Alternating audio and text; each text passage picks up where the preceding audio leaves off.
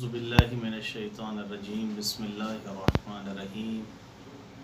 ناظرین محترم، سامعین کرام، سب سے پہلے میں تمام مسلمانوں کو اور بالاخص مومنین کو اور خصوصاً مراجع کرام کی خدمت میں اور امام زمانہ علیہ السلام کی خدمت مقدس میں مبارکباد پیش کرتا ہوں۔ غدیر خم کے جو ایک معروف عید ہے اور جس کو عید اکبر کہا گیا ہے، اس کے حوالے سے دیکھیں، غدیر خم ایک ایسا واقعہ ہے جس کو مسلمانوں نے فراموش کر دیا ہے، اور اگر دنیا میں غدیر خم کو یاد رکھا جاتا، یعنی غدیر خم کے واقعے کو یاد رکھا جاتا، تو دنیا میں اس قدر فسادات برپا نہ ہوتے، دنیا میں اتنا خون ریزیاں نہ ہوتی، بلکہ یوں کہوں کہ اگر غدیر خم کے واقعے کو یاد رکھا جاتا تو کربلا رونما نہ ہوتی، اور اس کے بعد جس طرح سے کربلا کو یاد رکھا گیا، اگر اسی طرح سے غدیر خم کو یاد رکھا جاتا تو آج دنیا میں لوگوں کو پتہ ہوتا کہ غدیر خم کیا تھی۔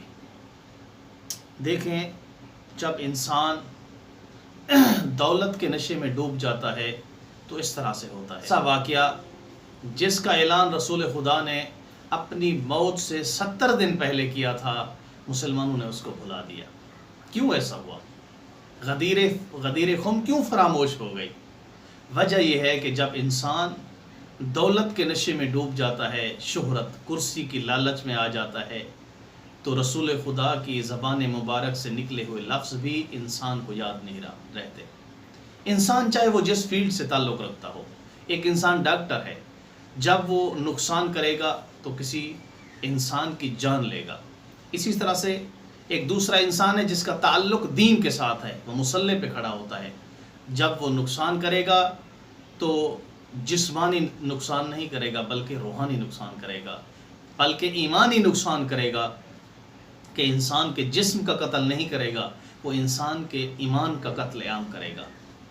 اور آج کل ایسا ہو رہا ہے، آپ دیکھ رہے ہیں دنیا میں کہ دولت، شہرت کے نشے میں آ کر آج کے دین کے ساتھ منسلک لوگ ہیں، وہ کیا کر رہے ہیں۔ یہی کنڈیشن اس وقت تھی، یہ کنڈیشن اس وقت تھی کہ 70 دن پہلے ایک گزرے ہوئے واقعے کو مسلمان بھول گئے، بلکہ یہاں تک ہوا کہ رسول خدا کے جنازے کو چھوڑ دیا۔ دیکھیں، اگر مسلمانوں کے علمی مبنے کو دیکھا جائے، جو مسلمانوں کی کتابوں میں موجود ہے، چاہے شیعہ ہیں چاہے سنی ہیں، مفتیوں کے علمی مبنے کو دیکھا جائے کہ وہ کیسے حکم کا استنباط کرتے ہیں، حکم شرعی کیسے حاصل کرتے ہیں، تو آپ کو مسلمانوں کی کتابوں میں جگہ جگہ پہ خبر واحد ملے گی، جہاں پہ وہ فتوے دیتے ہیں مسلمان، جگہ پر معذرتاً جگہ جگہ پر آپ کو خبر واحد ملے گی۔ خبر واحد یعنی کیا؟ یعنی خبر واحد یہ ہے کہ ایک راوی نے روایت کر دی، مفتی کو مل گیا، اس نے حکم شرعی لاگو کر دیا ہے، یہ خبر واحد ہے۔ اور چاہے اس میں نماز کے مسائل ہوں، فطرہ کے مسائل ہوں، زکوٰۃ کے مسائل ہوں، جو بھی مسائل ہوں، خبر واحد سے وہ ان کو ثابت کر لیتا ہے۔ دیکھیں، ایک مفتی جب حکم دیتا ہے تو اس کے سامنے چند ایک چیزیں ہوتی ہیں جن کے ذریعے وہ اللہ کے حکم کو ثابت کرتا ہے۔ قرآن ہے اس کے سامنے، قرآن کے بعد ہے خبر تواتر، خبر تواتر کے بعد ہے خبر واحد، خبر واحد کے ساتھ ہے رسول خدا یعنی معصوم کی تقریر۔ تو خبر تواتر ایک ایسی چیز ہے جو قرآن کے قریب تر سمجھی جاتی ہے، یعنی جب ایک مفتی کے سامنے خبر تواتر ہو اور اس کے ساتھ خبر واحد ہو تو وہ خبر تواتر کو اٹھائے گا، یعنی ایسی روایت جس کو روایت کرنے والے بہت سارے لوگ ہوں۔ اور مجھے نہیں لگتا، شاید تاریخ کے اندر آپ تحقیق کر کے دیکھیں کہ جتنا کثرت سے روایت کرنے والے لوگ اس غدیر خم والی روایت کو تھے، من کنت مولا فہذا علی مولا والی روایت کو، شاید اسلام کے اندر اس سے زیادہ کسی اور روایت کو نقل کرنے والے راوی ہوں۔ دیکھیں، جب ایک مفتی، جب ایک مولوی خبر تواتر کے اندر پھنس جاتا ہے، کیسے پھنس جاتا ہے؟ یعنی اس کے پاس انکار کرنے کی گنجائش نہیں ہوتی، تو اس وقت پھر اور چارے ہیلے ڈھونڈنا شروع کرتا ہے کہ اب اس کا انکار تو میں کر نہیں سکتا کیونکہ یہ خبر تواتر ہے۔ اسی طرح سے غدیر کے ساتھ ہوا ہے۔ غدیر ایک خبر تواتر ہے، یعنی تواتر کے ساتھ بہت سارے اصحاب نے اس کو روایت کیا ہے۔ اب مولوی اس میں پھنس چکا ہے۔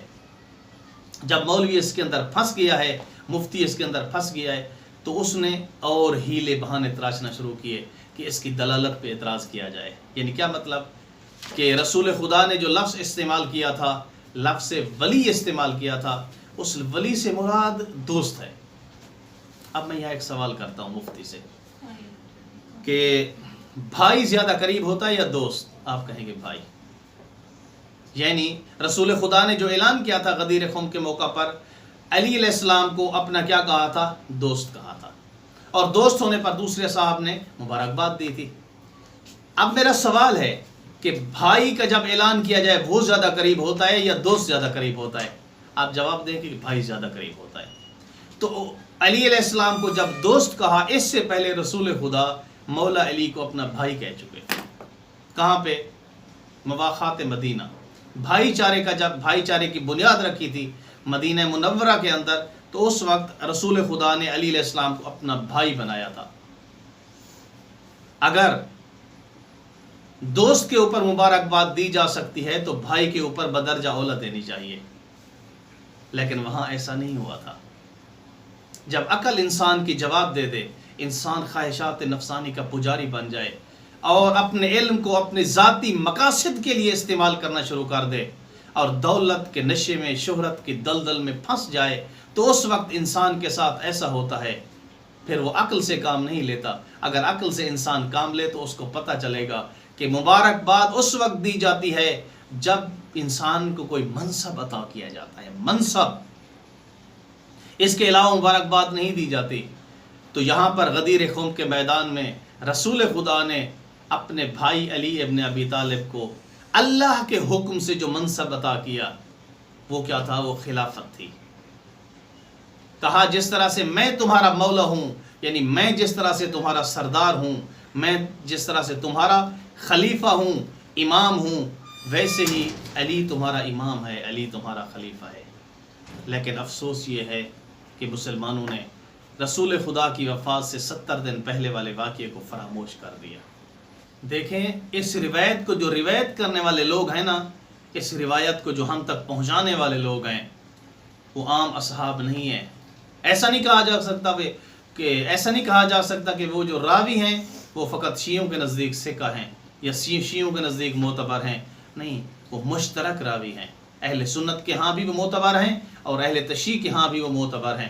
میں چند ایک کے نام آپ کے سامنے گنوا دیتا ہوں کہ ان میں سے ایک ہے عبداللہ ابن عباس، جس کو شیعہ بھی مانتے ہیں، سنی بھی مانتے ہیں۔ اس کے بعد جابر ابن عبداللہ الانصاری، دونوں مانتے ہیں، شیعہ بھی مانتے ہیں، سنی بھی مانتے ہیں، وہ روایت کرتا ہے۔ اور اس کے بعد ہیں ابو سعید الخدری، اس کے بعد ہیں عبداللہ ابن مسعود مشہور راوی ہے۔ اس کے بعد ابو ہریرہ ہیں، حضرت ابو ہریرہ۔ دیکھیں بخاری کے اندر آپ کو 4000 سے اوپر روایات حضرت ابو ہریرہ سے ملیں گی، لیکن مفتی نے 4000 روایات سے اوپر قبول کر لیں، غدیر خم کی روایت کو قبول نہیں کیا۔ اس کے معانی میں غلطیاں ڈھونڈنا شروع کر دیں۔